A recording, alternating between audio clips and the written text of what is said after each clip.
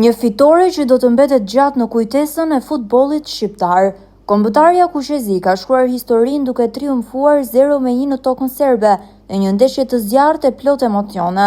Rejmana ishte heroi i mbrëmjes, duke realizuar një super gol në minutat shtesë të pjesës së parë, një gol që jo vetëm i dha Shqipërisë fitore në derbin e Ballkanit, por ndezi dhe më shumë ëndrrën për botrorin. Me shpirtin luftarak dhe karakterin e fortë të djemve të Sylvinjos, Kuqezin përballuan presionin serb dhe u treguan të pathyeshëm deri në minutën e fundit. Strakosha me pritjet e tij dhe ekipi me vendosmërinë e hekurt vulosën një fitore historike që bashkoi një komb të tërë në fest. Pas vështrëllimës së fundit, atmosfera shpërtheu në çdo cep të Shqipërisë. Në Tiranë, kryeqyteti u kthye në një det Kuqezi, qindra qytetarë dolën në rrugë me flamuj, fishek zjarr dhe këngë patriotike. Sheshi Skënderbeu mbush plot energji dhe krenari, ndërsa nga çdo makinë valviteshin flamujt kombëtar dhe dëgjoheshin broritje.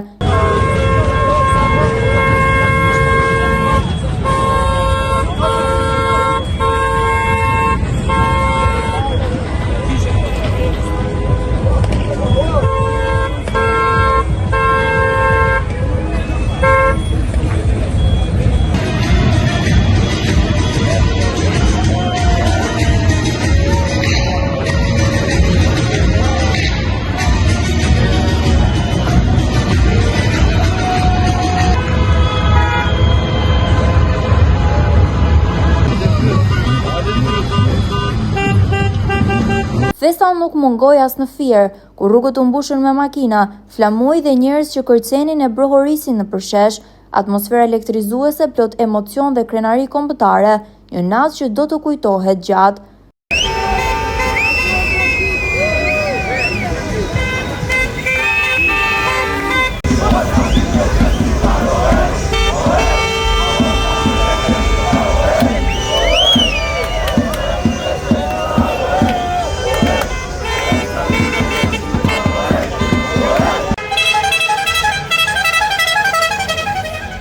Edhe në Shkodër u ndes festa, me tifozë që dolën në qendër të qytetit duke kënduar e festuar fitoren historike.